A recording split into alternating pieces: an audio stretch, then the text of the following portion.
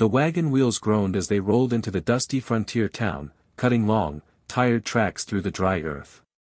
It was the kind of place where hope came in small doses, usually on supply wagons, sometimes on promises, and rarely, in the form of a mail-order bride.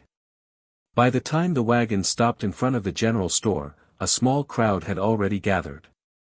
Men wiped their hands on worn trousers, stepping out from workshops and saloons. Women lingered at a distance, whispering behind gloved hands.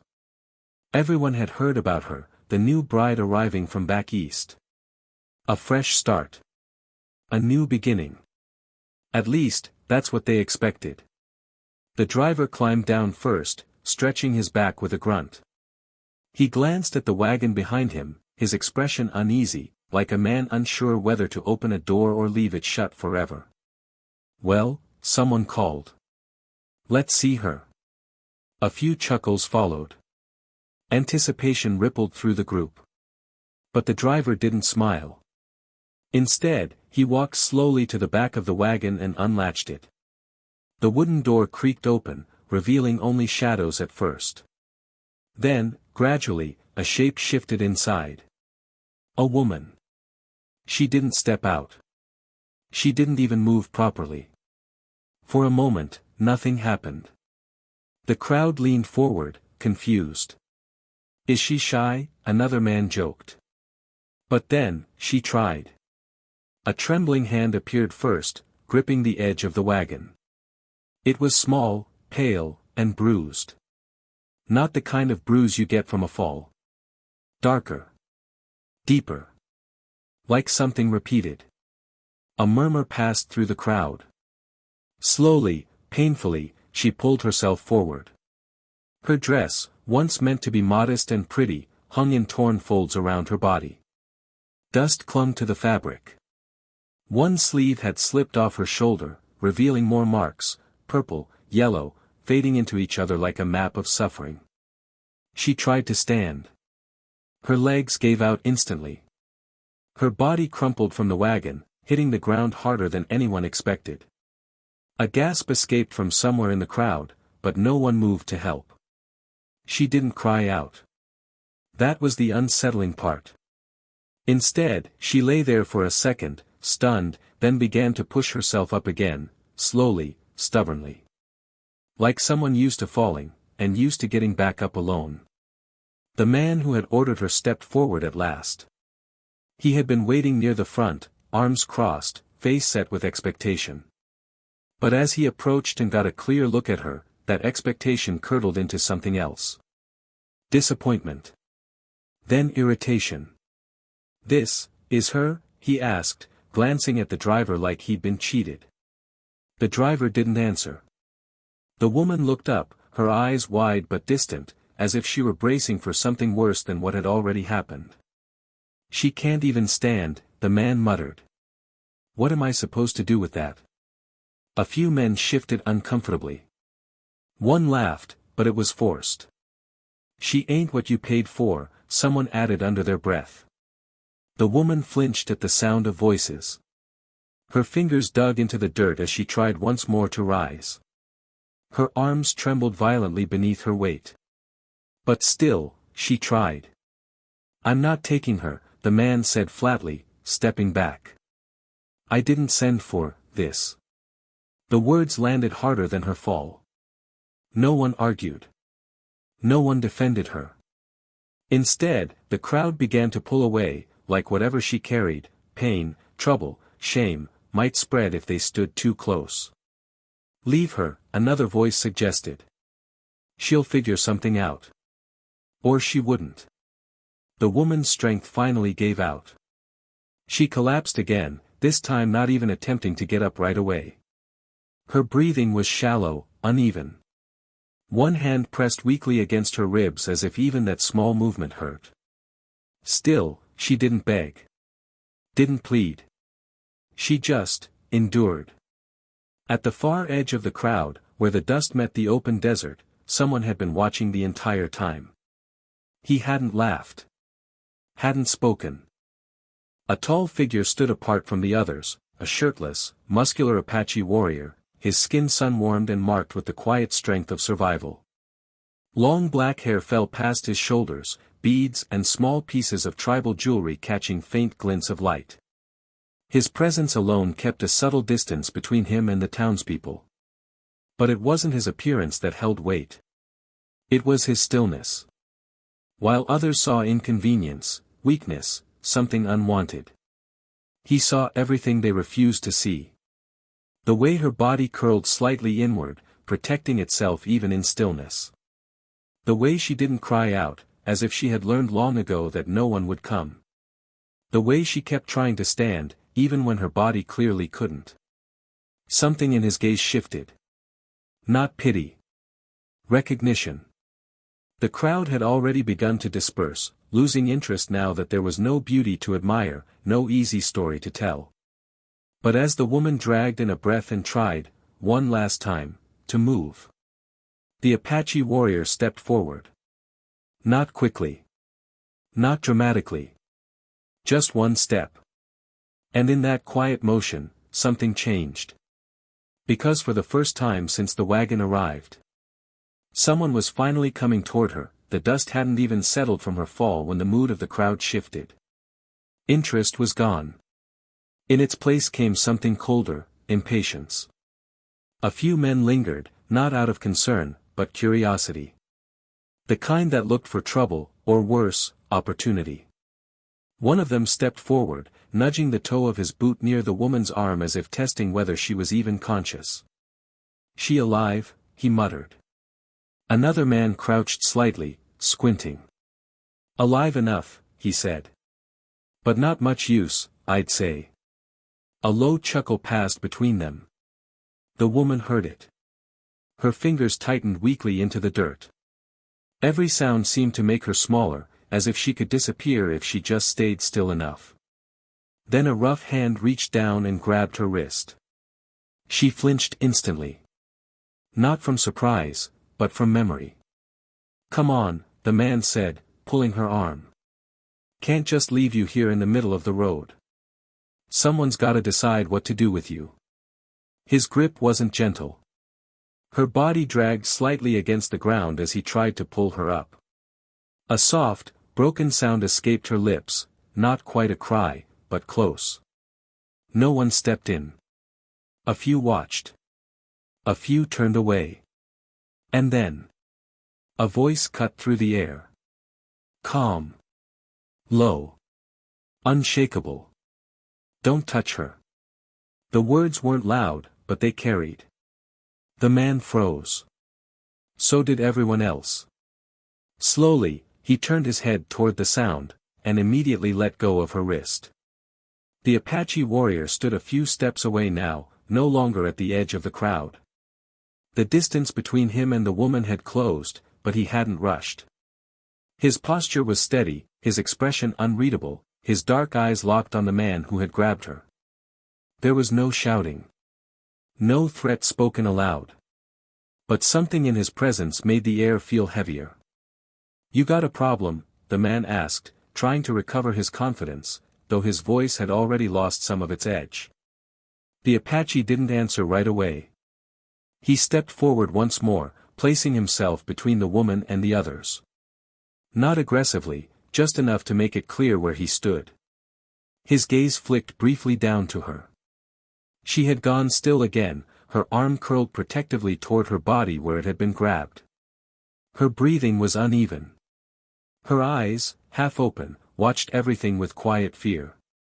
Then he looked back up. "She's not yours to handle," he said. The words were simple. But they landed harder than anything louder could have. The man scoffed, glancing around as if expecting support. "Nobody wants her," he argued. "You saw him, he walked away. That makes her nobody's." A few uneasy nods came from the crowd. The Apache's expression didn't change. "Then leave her," he replied. Silence. The suggestion seemed almost too simple. Too direct. But the man hesitated. Because something about the way it was said didn't invite argument, it ended it. After a moment, he raised his hands slightly, backing off. Fine. She's not worth the trouble anyway. He stepped away. One by one, the others followed. Whatever curiosity had kept them there began to dissolve under the weight of the moment. No one wanted to be the one standing closest to the Apache now. Within seconds, the space cleared. All that remained was dust, silence, and the woman on the ground. For a brief moment, neither of them moved. The Apache stood still, as if giving the world time to settle before doing anything more.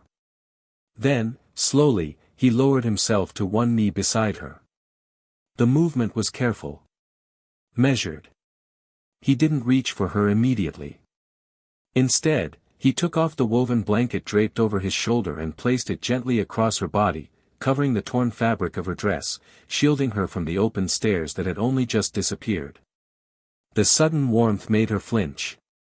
Her eyes snapped toward him, wide with instinctive fear. He stopped. Completely.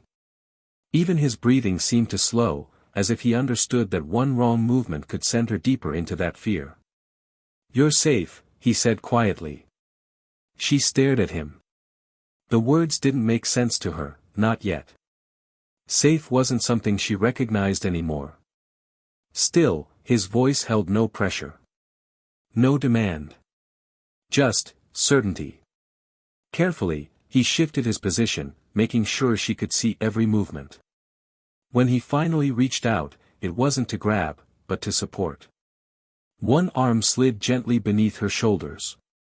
The other moved under her knees. She tensed at first. But he didn't tighten his grip. He waited. And slowly, hesitantly, her body stopped resisting.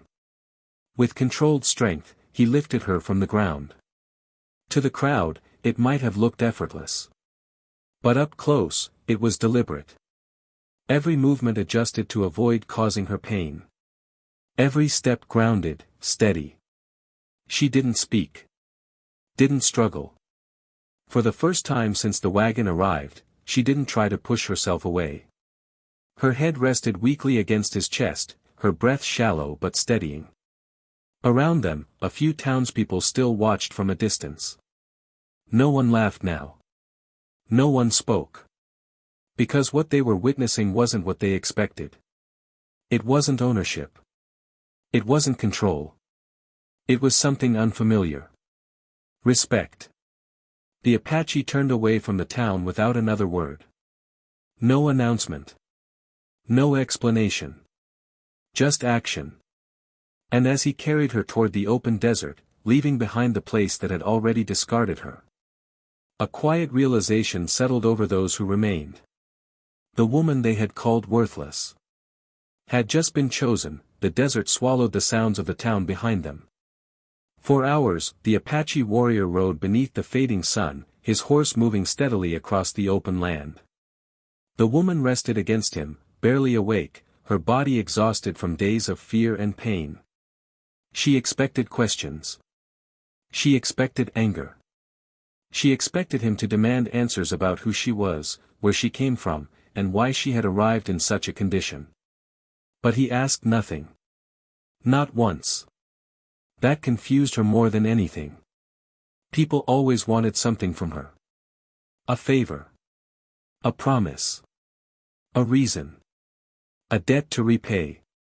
But this man, this stranger who had stepped between her and a crowd of people who didn't care if she survived, he asked for nothing. As the sun disappeared behind the mountains, they reached a hidden valley surrounded by tall cliffs and quiet streams. It was a place far away from the noise of the frontier towns. A place where the wind carried the smell of pine and wild herbs instead of dust and fear. The Apache carefully lowered her from the horse. Again, he moved slowly. Again, he waited for her to trust him. An older woman approached from a nearby shelter. Her silver hair was braided neatly, and her eyes carried the wisdom of many years. She looked at the injured woman. Then she looked at the warrior. No words were needed. The elder woman understood. "She needs rest," she said softly. The Apache nodded. The injured woman watched them both carefully. She was waiting for the catch. There had to be one. Kindness always seemed to come with a price. The older woman guided her inside a warm shelter where a soft blanket and clean water were waiting.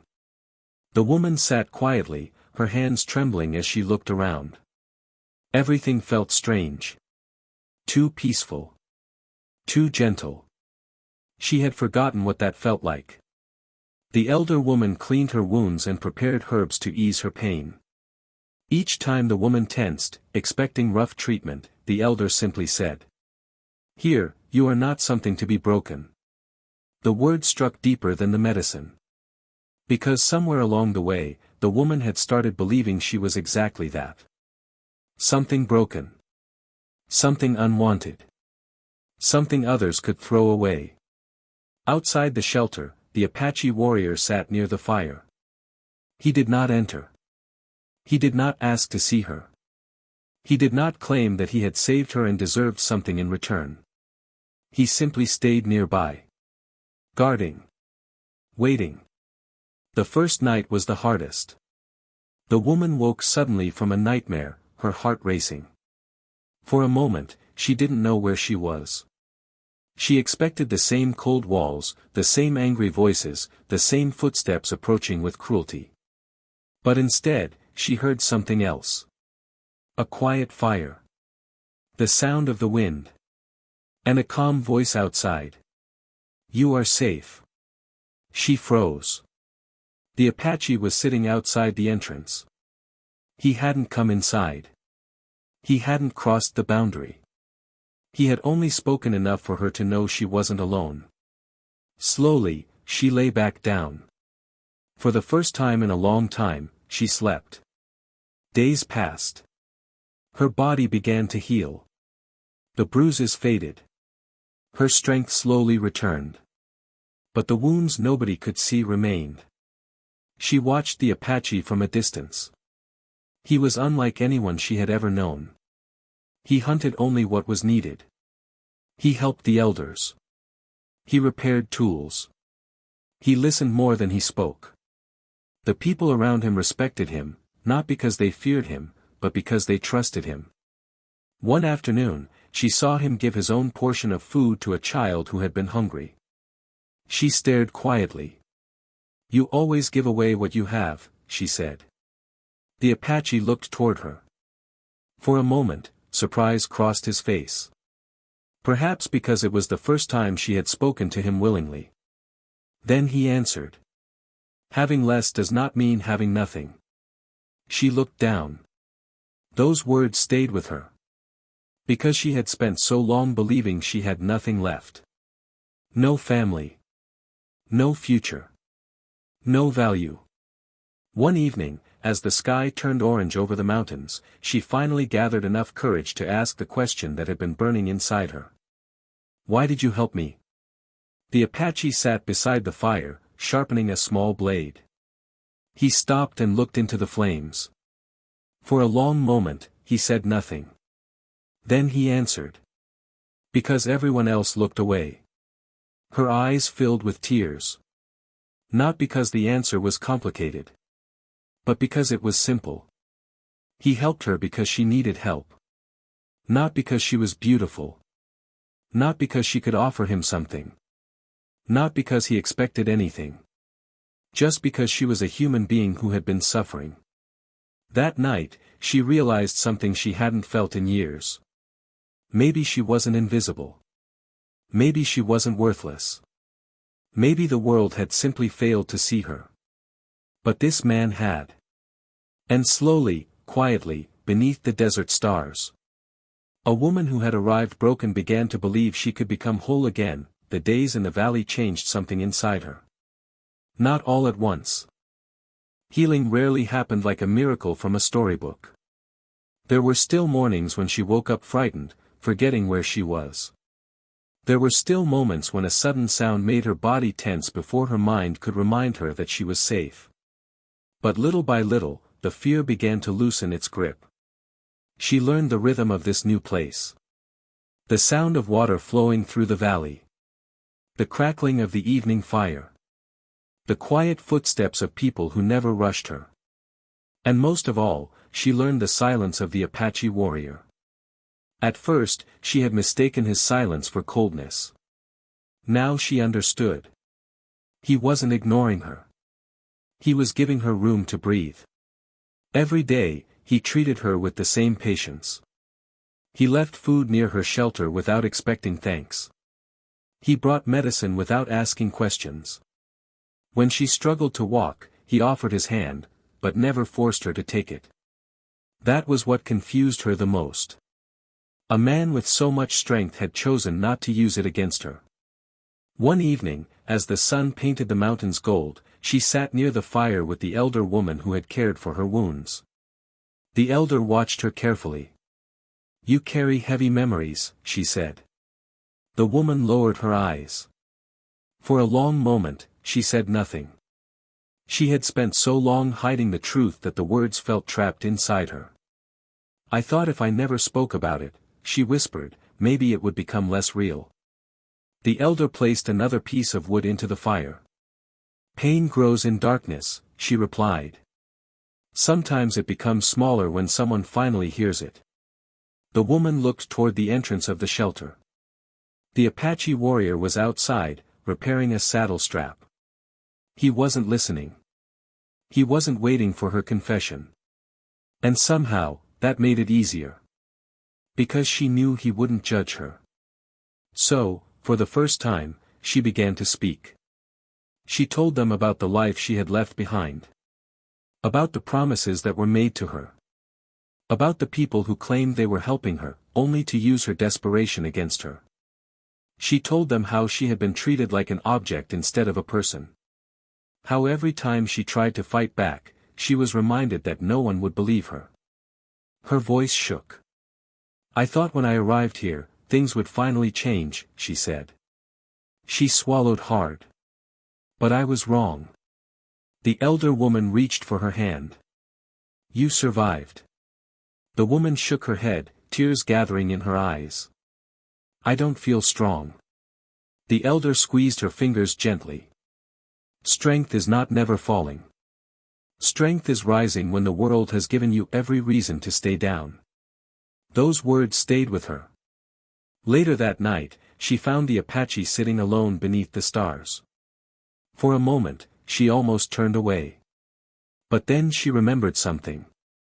He had carried her when she couldn't stand. He had protected her when everyone else walked away. Maybe she could trust him with the truth too. "I need to tell you something," she said softly. He looked up. Not impatient. Not demanding. Just listening. She sat a short distance away and told him everything. Every painful memory. Every moment she had been afraid. Every time someone made her feel like she didn't matter. The Apache listened without interruption. His jaw tightened slightly when he heard what had been done to her, but he didn't explode with anger. He didn't make the moment about himself. He kept his eyes on her. Because this was her story. Not his. When she finished, the silence between them felt different. Not empty. Understanding. "You should never have carried that alone," he finally said. Her eyes filled with tears. "I thought no one would care." The Apache looked toward the distant mountains. "Many people see suffering," he said quietly. "Few choose to stop." Those words reminded her of the day they found her. The crowd. The laughter. The people who looked away. A painful question formed in her mind. "Why are you different?" The Apache looked back at her. "Because someone once helped me when I needed it." She studied his face, realizing there were wounds he carried too. Pain hidden behind strength. A past he didn't speak about. The next morning, something changed. The Apache prepared his horse. The woman noticed immediately. A strange fear returned to her chest. "Are you leaving?" He looked at her. "No." "Then where are you going?" He tightened the saddle strap and answered calmly. "Back to the town." Her expression changed. "Why?" For the first time, she saw something fierce beneath his calm. Not hatred. Not revenge. Justice. Because what happened to you should not be forgotten. She stepped closer. What will you do? The Apache looked toward the road leading back to the place where she had been abandoned. I will make sure the truth is heard. And as he rode away toward the town that had turned its back on her, the woman realized something important. He wasn't going because she was weak. He was going because her voice mattered. And for the first time in a very long time, someone was willing to stand beside her. The town looked exactly the same as the day she arrived. The same wooden buildings stood beneath the burning sun. The same dusty streets stretched between the general store and the old saloon. The same people walked through the morning as if nothing terrible had happened there. But something had changed. They had heard the stories. They knew the Apache warrior had taken the injured woman away. They knew she was alive. And they knew he had returned. When the Apache rode into town that morning, conversations stopped one by one. Men stepped out of doorways. Women paused near windows. Everyone recognized him. The warrior who had walked into their shame and carried away the person they had abandoned. He dismounted slowly and tied his horse near the center of town. He wasn't there to create fear. He wasn't there to show power. He was there because the truth had been ignored for too long. The man who had rejected the woman, the one who had promised to take her as his bride, stood outside the saloon with two friends. He looked nervous when he saw the Apache approaching. What do you want? He asked. The Apache looked at him calmly. The truth. A few people nearby exchanged glances. The man laughed, but it sounded forced. I don't know what you think you're doing. She arrived already damaged. That's not my fault. The words made several people lower their eyes. Because they remembered. They remembered the way she had fallen. They remembered how they watched. They remembered doing nothing. The Apache took a step closer. You saw her pain, he said. And you chose to walk away. The man crossed his arms. She wasn't my responsibility. A silence fell over the street. Then an older woman from the crowd spoke. That's not true. Everyone turned. It was the driver who had brought the wagon. He removed his hat slowly, his face filled with regret. I saw the condition she was in before she arrived, he said. I knew something was wrong. The rejected groom looked at him angrily. You're going to take his side? The driver shook his head. No. I'm taking the side of what's right. More voices began to rise. A shopkeeper stepped forward. I saw her when she first arrived. A farmer nodded. She was scared. Not difficult. Not useless. The word spread through the crowd. One by one, people began admitting what they had seen. And what they had ignored. The Apache stood quietly as the truth unfolded. He didn't need to threaten anyone. He didn't need to raise his voice. The people were finally facing themselves. The rejected groom looked around, realizing the crowd that once supported him was no longer standing beside him. You think you're better than us, he said bitterly to the Apache. The warrior looked at him. No. The answer surprised everyone. I think everyone can choose to do better. The man looked away. Because that was the hardest thing to accept. The Apache wasn't there to destroy him. He was there to expose the choice he had made. A choice to ignore suffering. A choice to treat another human being as something disposable. The town sheriff, who had remained silent until then, stepped forward. What happened to her cannot simply be forgotten, he said. The man's face tightened. For the first time, he understood that his actions had consequences. Not because of the Apache. Because people had finally decided to stop looking away. Before leaving, the Apache turned toward the crowd. His voice was calm. She survived because she was stronger than what happened to her. Everyone listened. She does not need your pity. The words carried across the street. She deserves respect. Nobody laughed. Nobody whispered. Because every person there understood the meaning behind those words. The woman they had judged. The woman they had abandoned. The woman they had called worthless. Had shown more courage than all of them combined. The Apache mounted his horse and began riding back toward the valley. The town watched him leave. But this time, they weren't watching a stranger. They were watching a man who had reminded them of something they had forgotten. Strength was not measured by how much power someone had. It was measured by what they chose to do with it. When the Apache returned to the valley, he found her waiting near the entrance. She looked stronger now. Not completely healed. But standing. She watched him approach, and a small smile appeared. "You came back," she whispered. The Apache nodded. "I said you were safe." And for the first time, she believed it completely. Because safety was no longer just a place. It was a feeling. And somehow, she had found it with the one person who saw her when everyone else looked away. The morning sun rose slowly over the valley, painting the mountains with shades of gold and orange. For the first time in many years, the woman watched a sunrise without fear.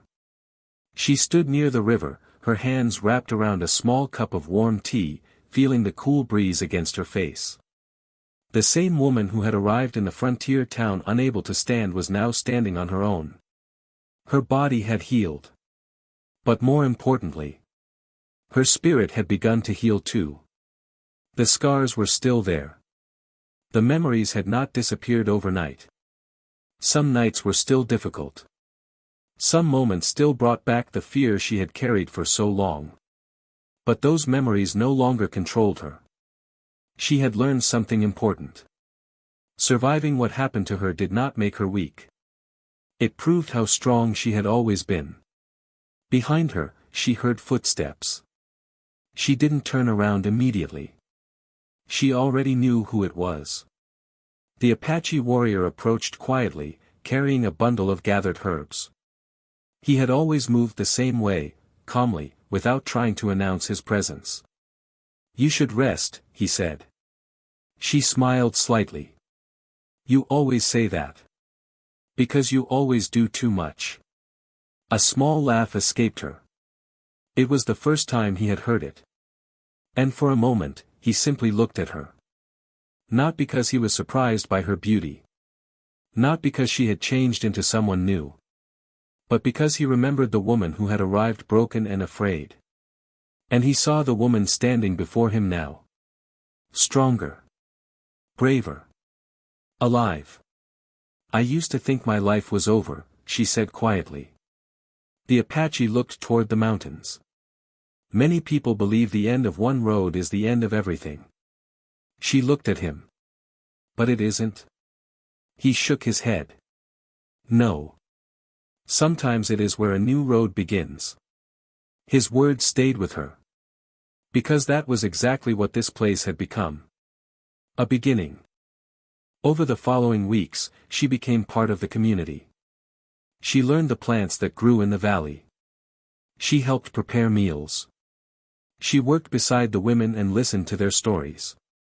Slowly, she stopped feeling like a guest waiting to be sent away. She belonged. And the Apache warrior continued to protect the valley as he always had. But something between them had changed. At first, she had seen him as the man who saved her. Now she saw him as something more. A man with his own wounds. A man who carried his own painful memories. A man who had shown her kindness when the world had shown her cruelty. One evening, they sat beside the fire beneath a sky filled with stars. For a long time, neither spoke. The silence between them was no longer uncomfortable. It was peaceful. "I was afraid of you at first," she admitted. The Apache looked at her. "I know." She smiled softly. "You knew?" "Yes." "How?" He looked down at the fire. "Because you looked at everyone that way." Her smile faded slightly. What way? Like you were waiting for them to hurt you. The truth of his words touched something deep inside her. Because he was right. She had spent so long expecting pain that kindness felt impossible to believe. But you never did, she whispered. The Apache was quiet. Then he said. You deserved a choice. Those 3 words meant more to her than he could understand. A choice. Something she had not been given for a very long time. The next morning, she walked farther into the valley than she ever had before. She climbed the small hill overlooking the land and looked back at the path she had traveled. The wagon. The town. The fear. The loneliness. All of it felt like another life. The Apache joined her. You're thinking about leaving? He asked. She shook her head. No. She looked across the valley. For the first time. I'm thinking about staying. A quiet smile touched his face. Not a large smile. Not a dramatic one. Just enough to show that her words mattered. Years later, people would still tell stories about the day a wounded woman arrived in a frontier town and everyone decided she was worthless. But they would also tell another story. The story of the Apache warrior who saw what others refused to see. The story of a woman who found the courage to stand again. The story of 2 people who discovered that sometimes the greatest rescue is not being carried away from danger. It is being reminded that you have the strength to rise. Because she was never truly broken. She was only waiting for someone to believe she could heal. And once she believed it herself, nothing could make her feel powerless again.